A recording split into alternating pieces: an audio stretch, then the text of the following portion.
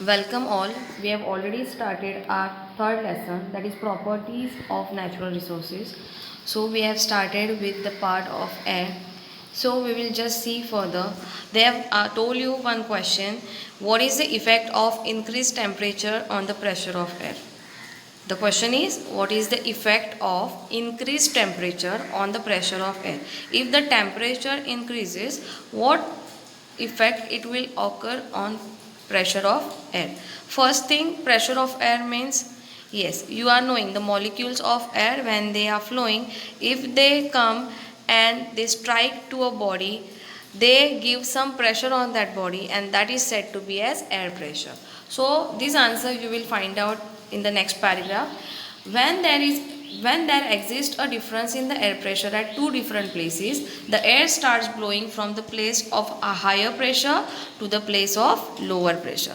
See, if there are two places and if the temperature or if the air pressure is different at that two places, always remember one thing, air is starting to flow from higher pressure to the place where it is having lower pressure. At such times we feel the breeze or the wind blowing. What do you feel? Yes, we feel that winds are blowing, and thus winds are an effect of the difference in the air pressure, and thus winds are one of the effect of difference in air pressure. You will also learn about this in the next lesson, that is winds in geography. In geography you are having one lesson, that is winds. You can study more in detail about winds in that particular lesson. So the question was, what is the effect of the increased temperature on the pressure of air? Always remember, if the temperature increase, because of that the molecules will expand, and later it will result in increasing air pressure. Okay. Now they have given you one activity, you can see over here. They have kept some ice cubes present in that glass, and after some time if you observe, water droplets are being collected outside of that glass. Why this happens? Due to the ice cubes in the glass, the air surrounding the glass cools down.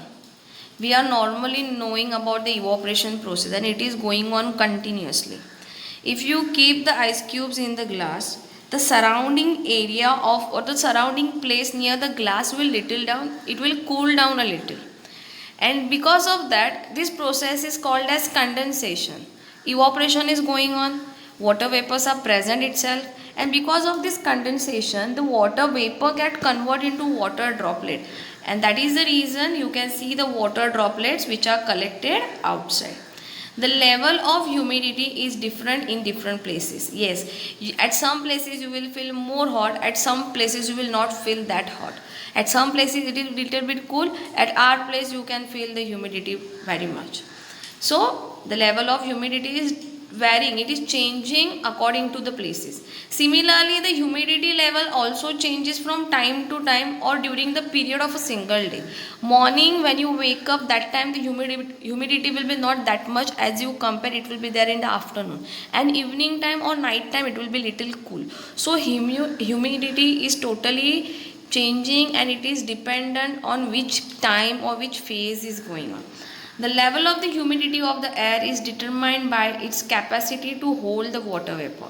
If you see the humidity and how you are going to level it, you are going to understand it by the capacity to hold the water vapor. How much amount of water vapor it holds into it, it is totally depend on that.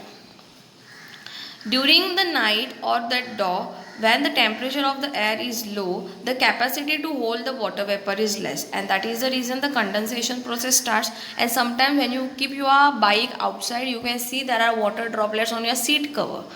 This is just because during night time the temperature is low, and because of this the humidity is also less. At such times, the excess vapor is transformed into water droplets, and that is we called as dew. Okay. In afternoon, when the temperature of the air is high, the capacity of the air to hold the moisture also increases. One thing you remember, when the temperature is high, that time the capacity of air to hold the moisture is also high, then compared to its full capacity to hold the water. The proportion of the moisture in the air is less, as we feel that the air is dry. Then what I have told, then compared to its full capacity to hold the water, the proportion of the moisture in the air is less as we feel that the air is dry. Sometimes you will feel that your skin or the air which is blowing, it is little dry one. So that time the moisture present surrounding to you is also less. That's why you feel like to drink the water, or you feel like that your skin is being feeling like dry one. This normally happens in winter season. In summer, wet clothes dry quickly, but in rains they do not. First thing, in summer, what happens? Evaporation process is going on, and you can see that it is very hot and humid that time. So evaporation is very quick process, and that is the reason the water which is there in our clothes is getting absorbed very quickly. But if you compare absorbed by the soil also and the water which is getting evaporated, it is also been quick. But in rainy season, what happen? Our surrounding area is only all, you can see the moisture is present. You can see it is totally wet, and the capacity to hold that water or the capacity of that evaporation is less, and that is the reason our clothes are not getting dry very easily in the rainy season. Okay, here is an activity which is given to you. If you keep the bottle inverted into the water can or any of the water container, what happen, we will just see the video. Due to the presence of air inside the bottle, which doesn't allow the water to fill the bottle. Now incline the bottle slightly. Bubbles are observed coming out of the bottle, which burst on reaching the surface. These bubbles are nothing but air present in the bottle, which escapes when the bottle is inclined.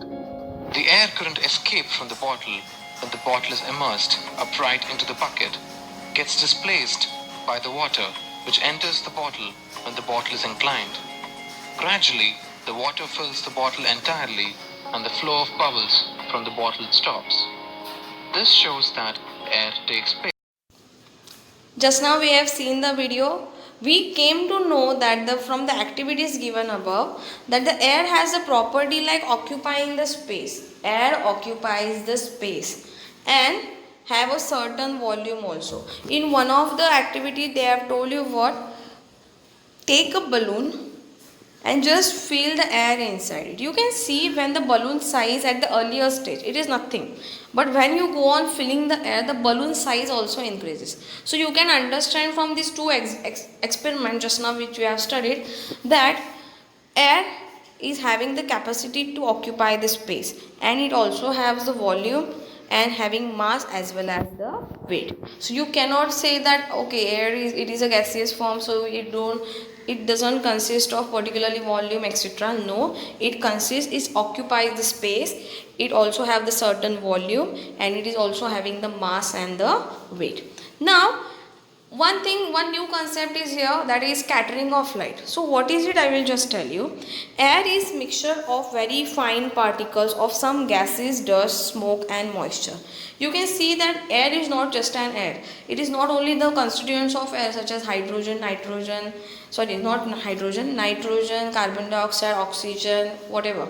So it is not just limited to it. It also consists the dust particles, it also consists the smoke, it also consists the moisture. When the rays of the light fall on these minute particles, it is not minute, it is minute. On these minute means very small particles, the particles spread the light in all the directions. So one thing you remember, air which is present surrounding to us, you can see there are small dust particles into it. Okay, when the light from the tube light or any of the bulb or any of the source come and fall on these particles, when they are going to strike these particles get scattered.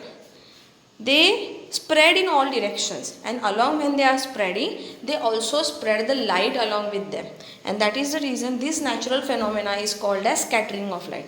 I am again repeating the question. The natural phenomena or the natural process in which light falls on these minute particles and the particles are getting scattered and they are also carrying the light along with them, this is called as scattering of light. Okay, we'll go further. What is meant by temperature regulation? So we'll just see. Earth receives energy from the sun. We do agree for the sentence that Earth is receiving the energy from the sun. This energy is reflected by the Earth in the form of heat.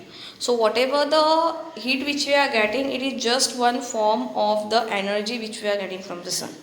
The constituents of the air surrounding the earth, such as water vapor, carbon dioxide, absorb the part of this heat and give it to another constituent of air. What they are telling, we are knowing that around air there is an envelope of air, around earth there is envelope of air that is called as atmosphere. So in this atmosphere, it consists of various things. So such as water vapor, carbon dioxide absorb the part of this heat. So whatever the heat is falling on the surface, it is been absorbed by water vapor, the carbon dioxide and the remaining constituents, and they go on passing to the remaining constituents of air. For example, what are the remaining constituents? Yes, they can give to the different part. For example, dust particles, okay, they are going to share and they are going to exchange this with one another. As a result, the air surface remains warm and therefore becomes suitable for the living world, and that is why we can survive on this planet. If there was no chance of getting exchanged this heat, then the surface would be so hot that we could not stand or we could not go out of our places. Because they are exchanging this heat with one another, what happened? The surrounding surface is been regulated. It is remaining little warm, and that is the reason it is suitable for us to survive here. If there were no air on the earth, the average temperature of the earth's surface would have been very low. If there would be no air, first thing, if there would be no air, we were not supposed to survive itself. But the average temperature which has been required for the earth's surface would be very, very low. Okay. So the remaining part we are going to study later. I hope you have understood this. Please, please, please go through this video. It is my humble request. Try to find out new words. If you are having any doubt, just contact me, just ask me. Okay. Thank you so much.